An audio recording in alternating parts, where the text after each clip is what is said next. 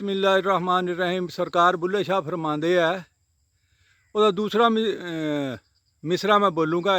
इधरों पटना इधरों लाना। जनाब वाल एयर लेयरिंग की सी अमरूद की तजर्बाती तौर पर, तो देखते की करते बाबा जी कट्टो तो इनू बिस्मिल्ला पढ़ के, वाह जी वाह, कट हो गई जी। आ दूसरी भी एक की सी, कड़क करके लो जी। इन्होंने हुण चुक लो, चुक के तो इन्होंने देख रहे, इन्होंने तो अमरूद भी लगे। लो सरकार इनू खोलो, आ कट दो, कैंची जी रख दो शक।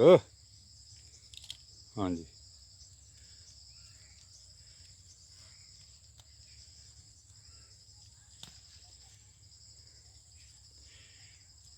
ਇਹਨੂੰ जी हो गए आ 2 महीने ही हो गए। अजकल करते हैं, वैसे महीने ਦੇ ਵਿੱਚ ਕਹਿੰਦੇ ਜੜ੍ਹਾਂ ਕੱਢ ਆਂਦੀ ਆ। ਹੁਣ ਇਹਦੀਆਂ ਦੇਖੀਆਂ ਨਹੀਂ ਜੀ। ਬਾਬਾ ਜੀ ਮਿੱਟੀ ਨਾ ਫੋਰੋ, ਇਹਨੂੰ ਕੱਟ ਲਵੋ ਤੁਸੀਂ। ਮਿੱਟੀ ਖੋਰ ਦੇਣੀ ਆ, ਜੜ੍ਹਾਂ ਨੰਗੀਆਂ ਕਰ ਦੇਣੀਆਂ, ਤੋੜ ਦੇਣੀਆਂ। ਇਹ ਤਾਂ ਪਿਆਰ ਨਾਲ ਕਰਨ ਵਾਲੀ ਗੱਲ ਆ ਦਰਵੇਸ਼ੋ। ਹਾਂ ਸ਼ਾਬਾਸ਼, बस देखण लगे जी। कख होले लाखा भाग भरीए, पीर वारिस शाह लिख गए। होर गल कोई नहीं, एयर लेयरिंग कोई नहीं। ये जिमींदार लोग जिथे होर काम करते आ, ये भी कर सकते आ। बूटे लैन चंद एक, ये काम करते रहन तो वधाते रहन। लो सरकार इनू फड़ो इत्थों, ये उत्तों आराम आराम नाल छापर लाओ, बिस्मिल्ला पढ़ के देखिए ये विचों की निकलिया। आराम नाल ਇਹ जी जड़ निकली ही है।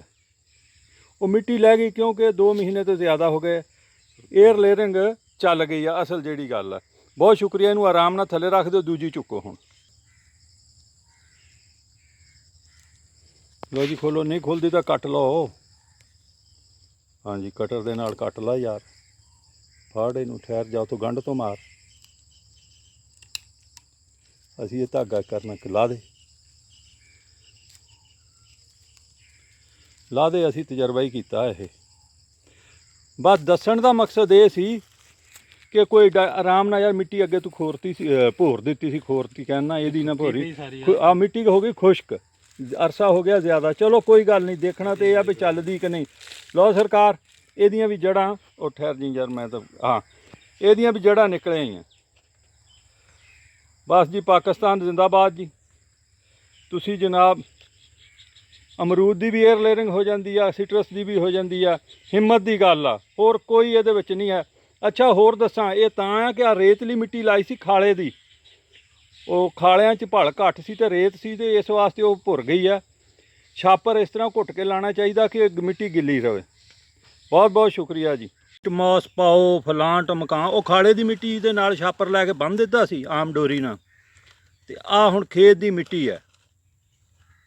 ਇਹਦੇ ਨਾਲ ਲਿਫਾਫੀ ਭਰ ਕੇ ਤੇ ਲਾ ਦੇਣੇ ਆ। ਤੇ ਇਹਨਾਂ ਨਿੰਬੂ ਦੇ ਲਿਆਂਦੇ ਆ ਜੀ, ਇਹ ਤੋੜ ਕੇ। 2 ਅਮਰੂਦ ਨੂੰ ਕੀਤੀਆਂ ਹੀ 2 ਸੀ ਤਜਰਬਾਤੀ ਤੌਰ ਤੇ ਇਹ ਕਰਕੇ ਤੇ ਅੱਲਾ ਦੀ ਮਿਹਰਬਾਨੀ ਨਾਲ ਫਿਰ ਰਿਜ਼ਲਟ ਦੱਸਾਂਗੇ ਦੋਸਤਾਂ ਨੂੰ ਜੀ। ਸੀ ਨਾ ਜੀ ਗੁੱਟੀ ਖੋਲੀ, ਇਹ ਜੜ ਵੀ ਨਿਕਲੀ ਆ। ਛਾਪਰ 'ਚ ਰੱਖੋ ਸਰਕਾਰ ਇਹਨੂੰ। ਲਓ ਅੱਧੀ ਭਰ ਕੇ ਉੱਤੇ ਮਿੱਟੀ ਪਾ ਦੇਣ ਲੱਗੇ ਆ। ये कट तां दी है, भारा सी ते वो जड़ कमज़ोर आ, इनू फीड नहीं कर सकती। इंशाअल्लाह ताला हुण हो जाएगा। बहुत बहुत शुक्रिया। पाकिस्तान जिंदाबाद।